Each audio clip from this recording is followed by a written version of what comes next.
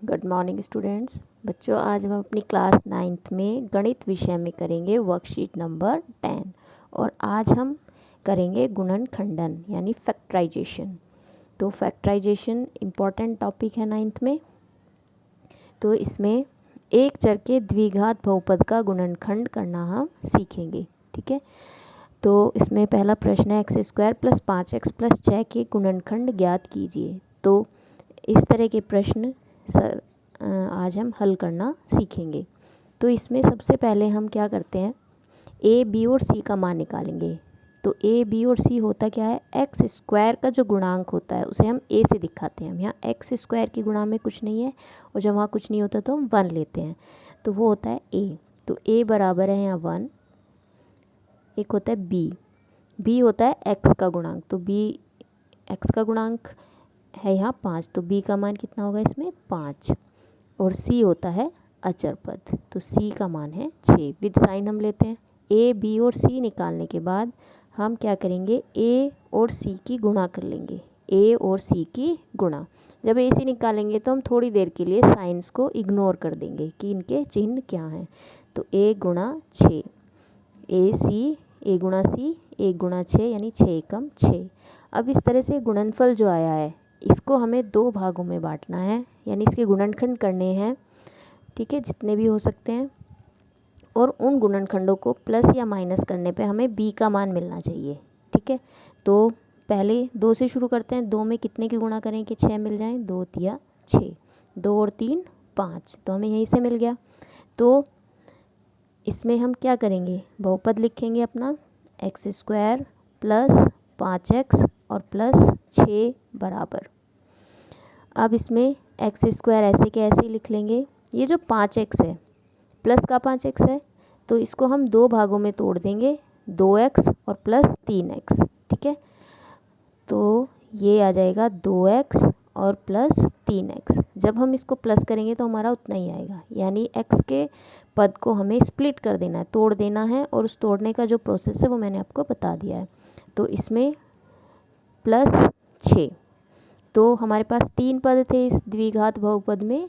अब हमारे पास कितने हो गए, 4। कैसे हो गए, हमने ये जो बीच वाला पार्ट था x वाला, इसको 2 भागों में तोड़ दिया। ठीक है, अब इसमें हम ये 2 पार्ट ले लेते हैं और ये 2। इन दोनों पदों में x हमारा कॉमन है, यहाँ भी x है और यहाँ भी x है, तो x कॉमन ले लिया। ठीक है, x² में से एक x बाहर चला गया, तो यहाँ बचेगा x प्लस 2x का मतलब है 2 गुणा x, एक x हमने बाहर लिख दिया, तो ये आ जाएगा 2 प्लस 3x और +6। इन दोनों में से क्या कॉमन आ रहा है, 3, और 3 दोनों में से कॉमन है। 3 के पहाड़े में 3 भी आता है और 6 भी, तो 3 हमने कॉमन ले लिया। तो 3 गुणा x में से 3 बाहर लिख लिया है, तो यहाँ आ जाएगा x प्लस 6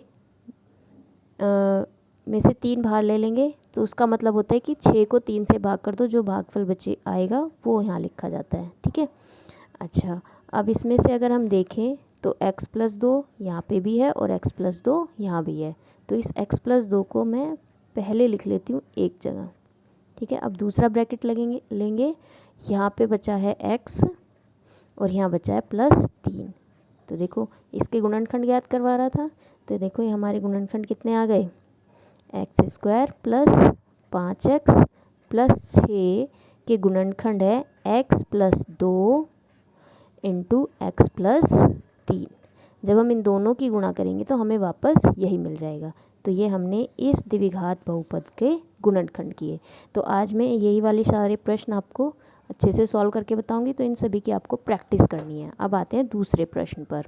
दूसरा प्रश्न है y² - 7y + 12। तो सबसे पहले क्या करेंगे, हम इसमें a, b और c का मान निकालेंगे। a है y² का गुणांक जो कि 1 है, b है इसमें -7 और c है इसमें 12।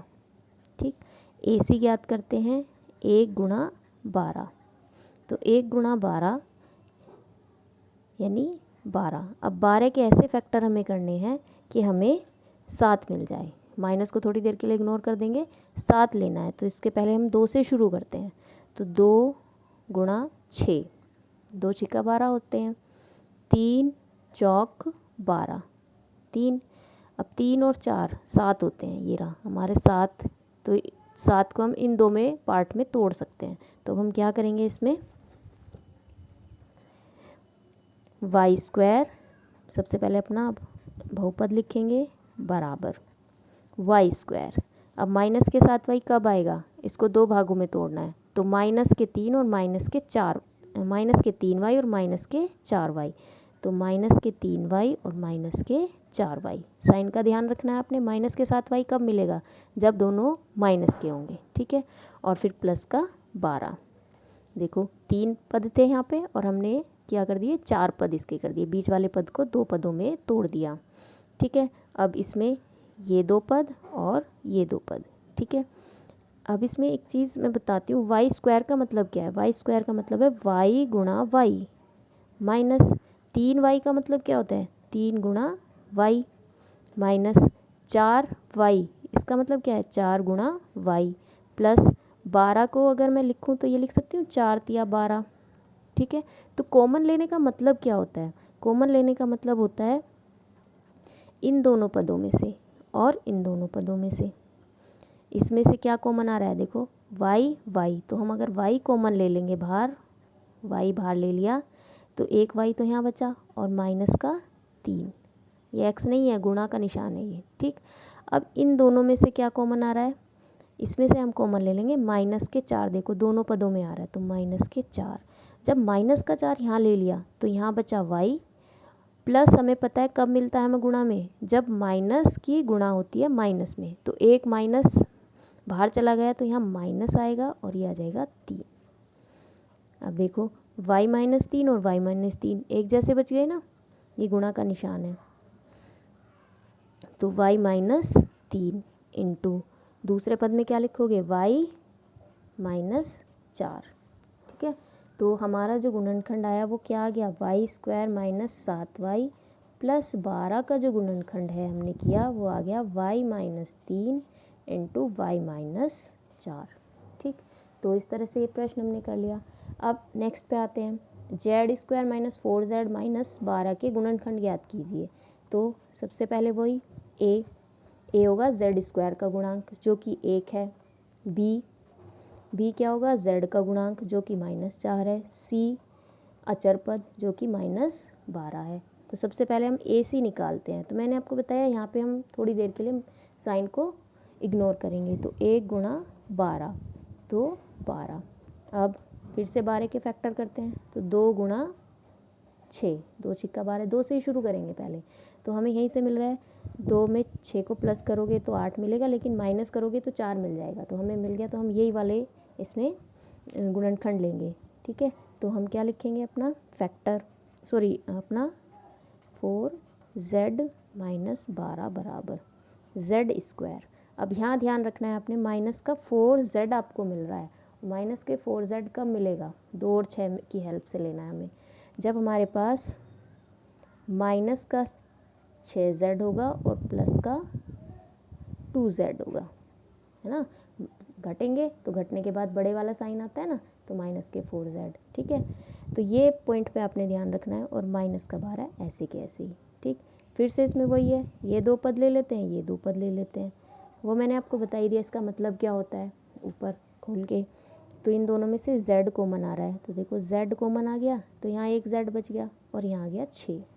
यहाँ प्लस के 2 कॉमन ले लो क्योंकि 2 के टेबल में 12 भी आता है, तो z और माइनस 2 छिक्का 12। अब z माइनस 6 दोनों में एक जैसे आ रहे हैं ना, और यहाँ z और प्लस 2। तो हमारा जो क्वेश्चन था ये वाला, ये जो द्विघात बहुपद था, ये बराबर है z माइनस 6 और z प्लस 2, ठीक। तो ये हो गया हमारा गुणनखंड। तो इसी तरह से हम बाकी प्रश्न भी इसके करेंगे सॉल्व। इसमें काफ़ी लंबी वर्कशीट है ये वाली, इसमें काफ़ी क्वेश्चन है, शायद 8-9 क्वेश्चन है, ठीक है। तो इसमें 2 वीडियो बनेंगे आपके, नेक्स्ट वीडियो में आगे के क्वेश्चन बताती हूँ, ठीक है।